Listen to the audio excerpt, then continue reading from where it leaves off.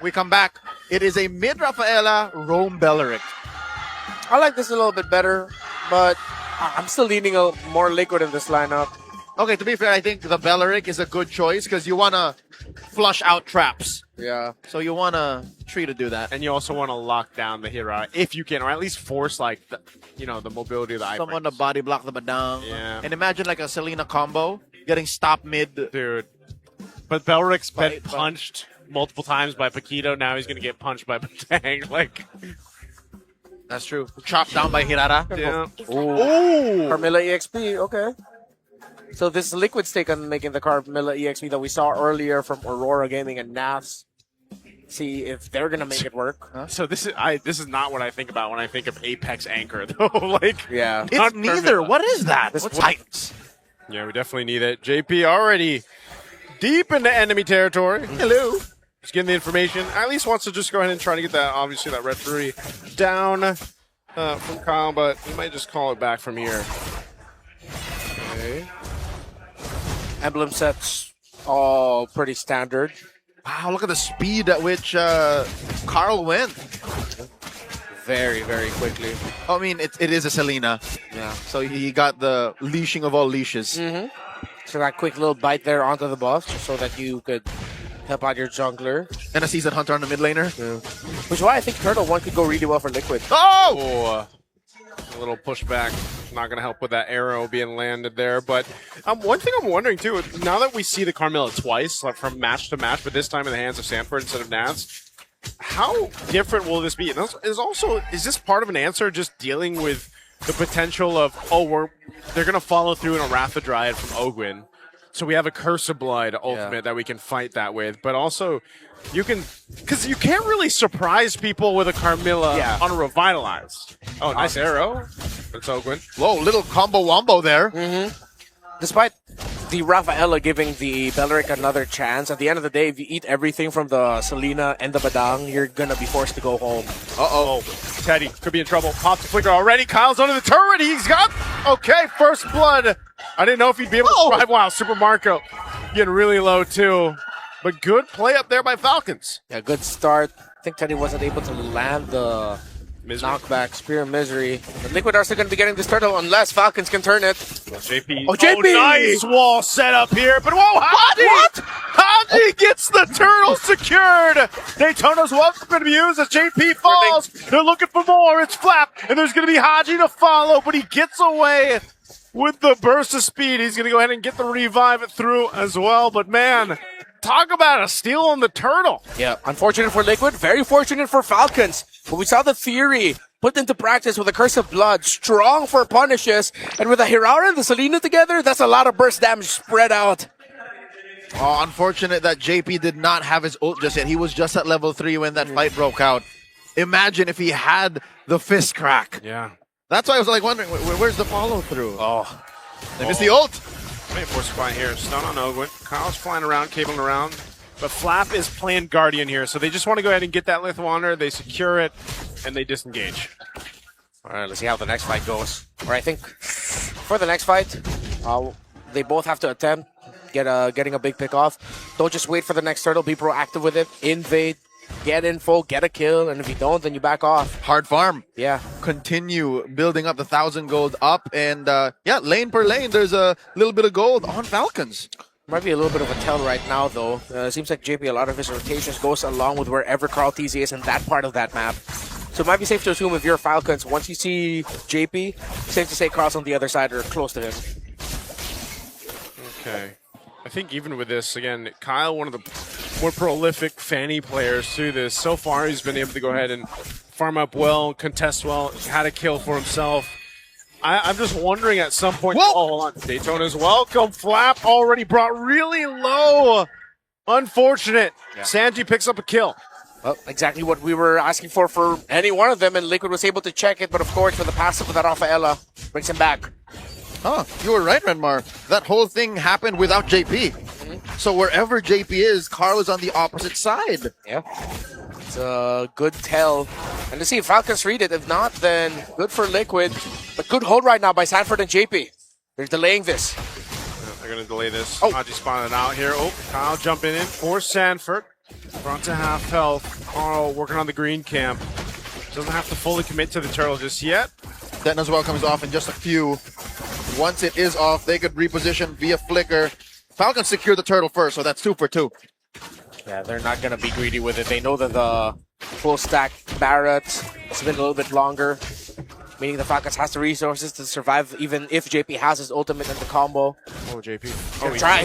Goes in, uses the ultimate too. SOD dropped in. Teddy's going to join the fight. They just don't have much firepower, but the Curse of Blood might be able to help them out. Daytona's welcome already used, but Blazing do it from Super Marco. Comes through. Forget the Curse of Blood. Falcons has the damage, and now Teddy trying to clear out the wave, but he's going to get collapsed down. Here comes Kyle! Kyle swings in, but Super Marco will get the kill. Perfect Curse of Blood, but an even better Wrath of Dryad from Ogwin. Falcons are clapping back. Don't count them out just yet. This is what they were looking for in game number 1, the clinch, fighting in tight spaces, a la John Wick, CQC.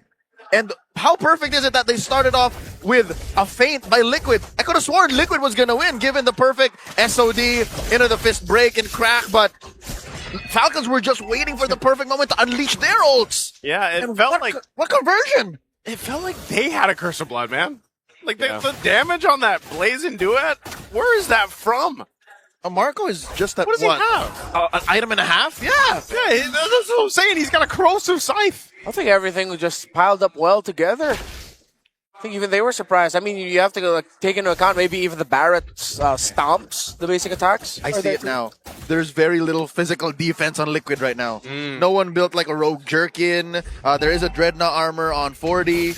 But that aside, they were taking raw physical damage. Yeah, well, now that it's you mentioned it, yeah. Now you got the anti-crash built in. But that's, again, great fight for Team Falcons to get them, hopefully, to the Game 3 in this Clash of Titans. The last Turtle's going to be up here. They've already got 2. We'll see if they secure themselves the 3rd one. That's an arrow thrown out by Sanji drawing the line, waiting for Carl to secure his orange. Look at this body block by Falcons.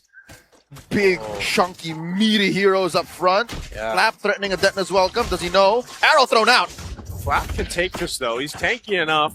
They waited for Kyle to make his way for this turtle. He should be able to just secure it. There's no opening here for Carl Teasy to even get in range. So 3 for 3 on the turtles for Team Falcons.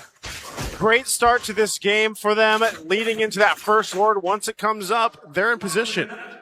It's the power of the Barretts. You just charge up that Detonus welcome, and then that's a sign for you to just get on out of there. Good little cheeky attempt by Teddy to try and steal that turtle away with the SOD. But at that point, that was pretty much all Falcons.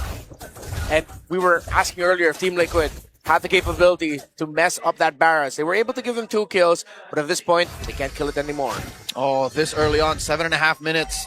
Shades of what Liquid did to Falcons in game 1. Yep. They're popping holy shields this quick.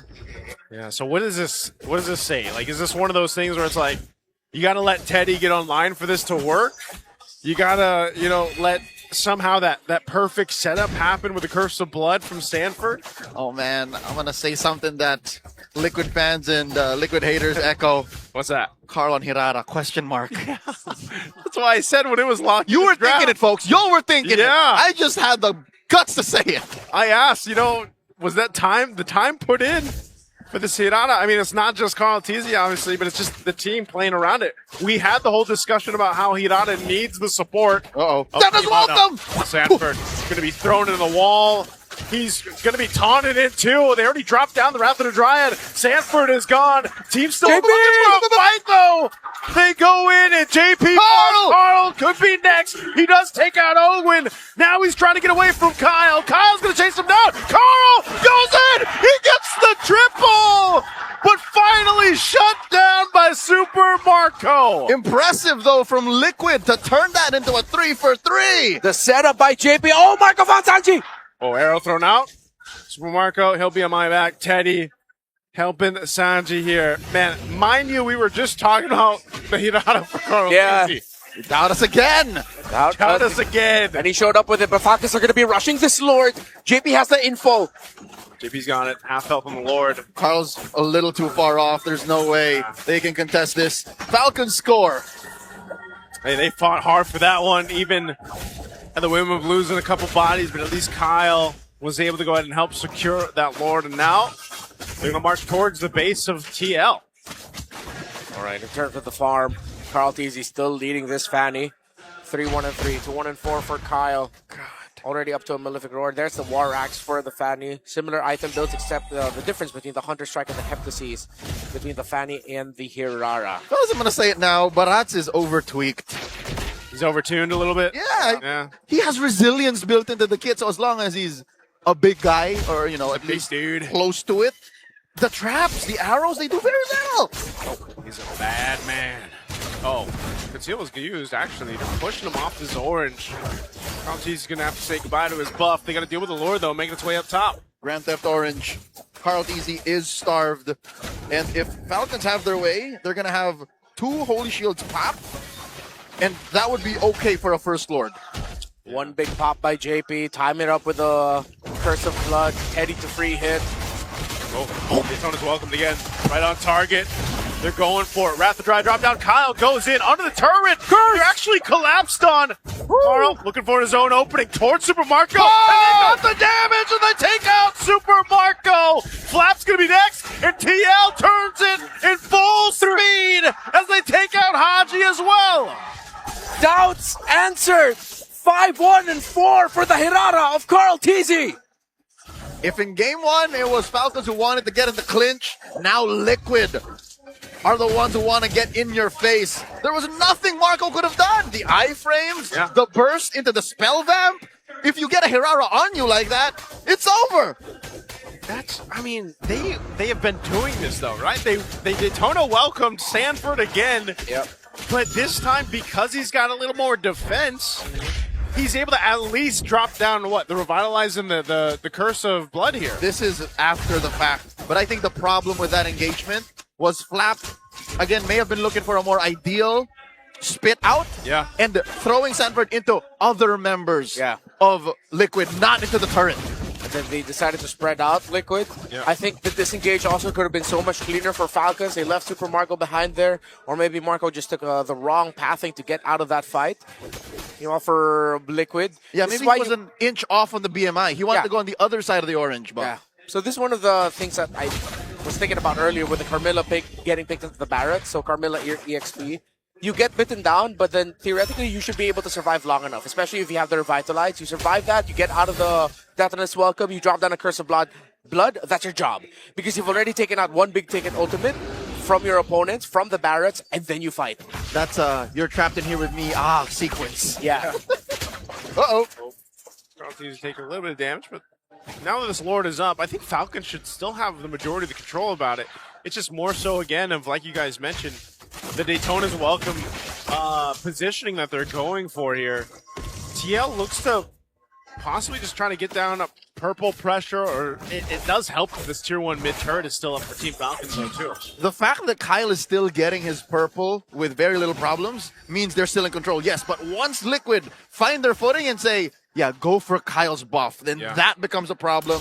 That's where we can say the shoe is on the other foot. Now Kyle playing footsies with Sanji! He pops a flicker, but Super Kyle playing footsies with Sanji! He pops a flicker, but Super Marco will be able to take him out, and JP's going to be next. And SOD dropped in. Teddy has to join the fight. Marco pops the blazing duet. And Carl, he's trying to make magic happen by himself. He's got a bit of shield. He's going to go in, but he doesn't. Does he have enough? Carl! Here comes Kyle to shut him down. And that should be all they need for Team Falcons to take this Clash of Titans to a game 3. JP will be up in a couple seconds, but it's not enough as they go in to take down the Crystal. We've got a Clash of Titans on our hands. Ladies and gentlemen, we're going all the way